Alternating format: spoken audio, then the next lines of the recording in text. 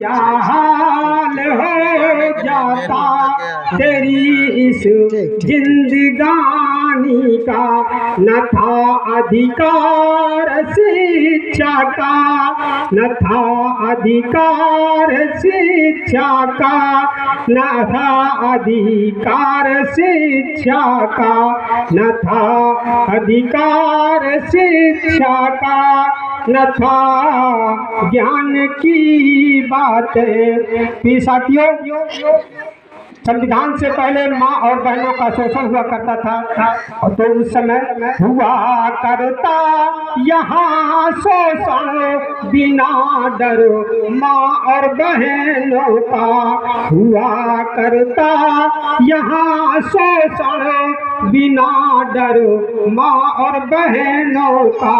लेकिन अब क्या होता है, मुकदमा दर्ज होता है यहाँ अब छेड़खानी का, मुकदमा दर्ज होता है यहाँ अब छेड़खानी का। न था मान और सम्मान, न था मान और सम्मान यहाँ जिंदगानी का, सोच क्या हाल हो जाता तेरी इस जिंदगानी का। साथियों, जीत कर जो भी विधानसभा में या संसद भवन में जो विधायक या संसद जिले का जाता है, वो जीतने के बाद उसे करोड़ों रुपए की चेकबुक मिल जाती है और उसको आजीवन पेंशन मिलती है, और रहने के लिए फ्री मकान मिलता है, हवाई जहाज से फ्री यात्रा मिलती है, आवास फ्री मिलता है, मोबाइल फ्री मिलता है। तब ये समाज के बीच, जनता के बीच जाकर मीटिंग या पंचायत या चौकीदारी क्यों नहीं करते?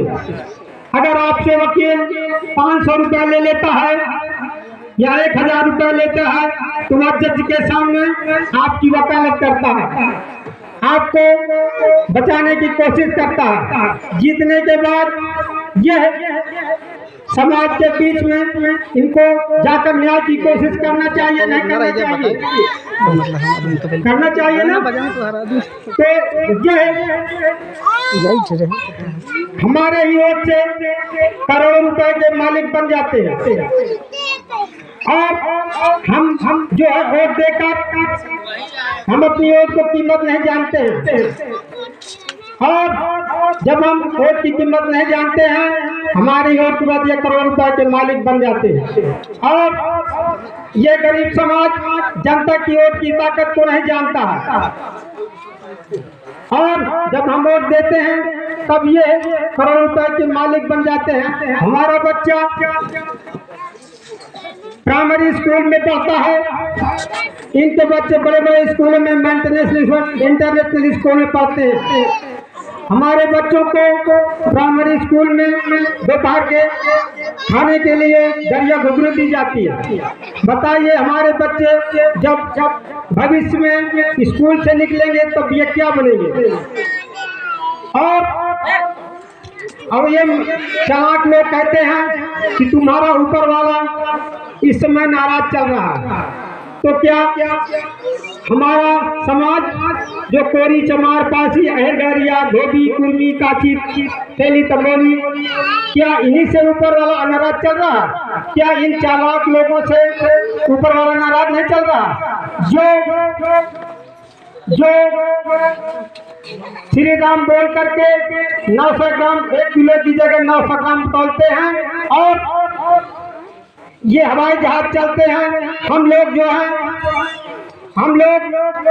जो किसानी में, खेती किसानी में अन्न पैदा करके देते हैं, रोड बनाते हैं, बिल्डिंग बनाते हैं, और फैक्ट्रियों में मजदूरी करते हैं।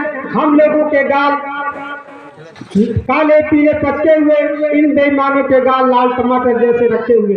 तो हम इन लोगों को, बेईमान लोगों को हमें समझना पड़ेगा। प्रिय साथियों,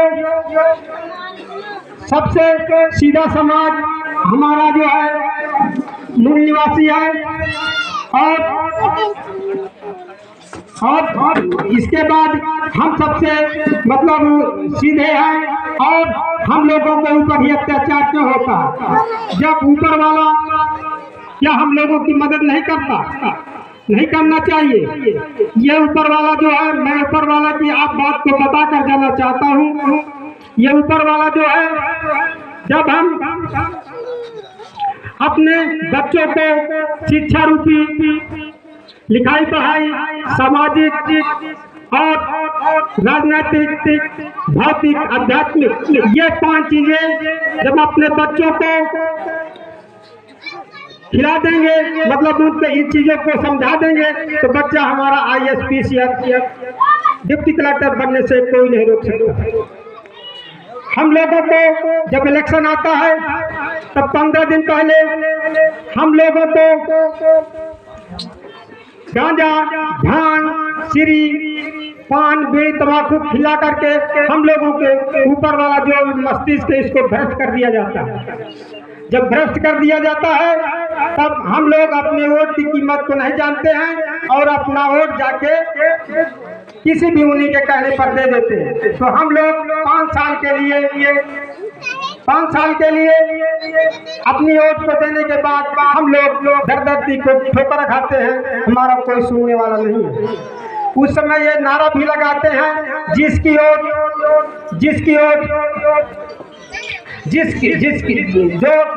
जो रम पिलाएगा उसकी ओट कम, जो देसी देगा उसकी ओट कैसी, जो विस्की पिलाएगा उसकी ओट सारी, उसकी ओट सारी।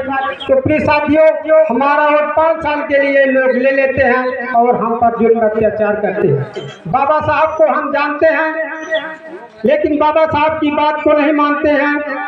बाबा साहब को जब संविधान बनाने का मौका मिला तब बाबा साहब ने कहा कि ये हमारा दलित, शोषित, वंचित, पीड़ित समाज जिसे SC, ST, OBC कहा गया है, ये हमारा राजा कब बनेगा। तब बाबा साहब ने संविधान में लिखा है कि संविधान में नहीं लिखा, बाबा साहब ने कहा कि रानी के पेट से राजा पैदा होता था, अगर लड़का पैदा होता था तो राजा बनता था और बेटी पैदा होती थी तो रानी बनती थी। बाबा साहब ने उस महारानी की पेट की नसबंदी कर दी और बाबा साहब ने लिख दिया कि अब वोट जो है बैलेट बॉक्स से पैदा होगा। जो प्रधान बनते हैं या विधायक, सांसद बनते हैं या मुख्यमंत्री बनता है, अब बैलेट पेपर से पैदा होते हैं। बाबा साहब ने हमें वोट का अधिकार दिया। वोट की बदौलत हम लोगों को खुश होती है। महारानी का बेटा हो चाहे मेहतरानी का बेटा हो, राजा वोट से ही बनेगा। लेकिन इन चालाक लोगों ने फिर अब नई खोज कर ली है, ये EVM मशीन की। अब EVM मशीन से हम लोगों को अब राज पाने में बहुत बड़ा बल है। इसलिए आप लोगों से मेरी रिक्वेस्ट है कि आप सब लोग इकट्ठा होकर EVM का विरोध करेंगे और साथ साथ हम लोग गांव-गांव में इसके विषय में सब लोग सोचें। अगर वोट हमारा सही जगह नहीं पाएगा तो हम लोग जीवन पर गुलाम होकर चले जाएंगे और हम लोगों का अधिकार छिन जाएगा।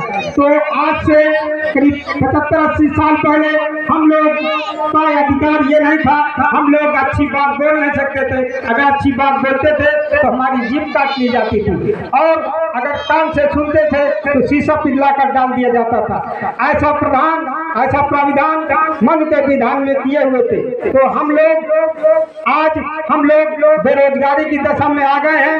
पहले हम लोगों के गले में हाड़ी, कमर में झाड़ू बांधा जाता था, अब हमारे गले में बेरोजगारी की हाड़ी बांधी जाएगी। तो इसलिए भाई साहब, सब लोग, माता बहनों, आपसे सभी मेरी एक दरखास्त है कि आप लोग सब मिल करके EVM का विरोध तो करेंगे ही, लेकिन आप गांव में संगठन बना करके, हम लोग ब्लॉक स्तर, तहसील स्तर पर ये संगठन बना रहे हैं अपने बौद्ध सेवा समिति के माध्यम से कि हम लोग EVM का अगर यहाँ पर वोट पड़ती है तो हम लोग अपने वोट के अधिकार के लिए हम लोग अपनी जी जान दे सकते हैं। जब बाबा साहब अम्बेडकर, ज्योतिबा फूले महापुरुषों ने अपनी कुर्बानी दी अपने समाज समाज के लिए, तो हम लोग अगर एक एक घर से कुर्बानी के लिए तैयार हो जाएगा, तब हम लोगों का अधिकार लेने में कोई नहीं रोक सकता। तो आप सब लोग इस बात को सोचे, माता बहनों भाइयों, और ये दूर नहीं है कि हम लोगों को सत्ता नहीं मिलेगी, लेकिन हमें कर्तव्य करना पड़ेगा। अगर इस मुहिम में आप पीछे रहेंगे तो आप सदियों गुलामी की तरफ पीछे चले जाएंगे, और इस बात को मेरे आप ध्यान रखिएगा। जय भीम, नमो बुद्धाय।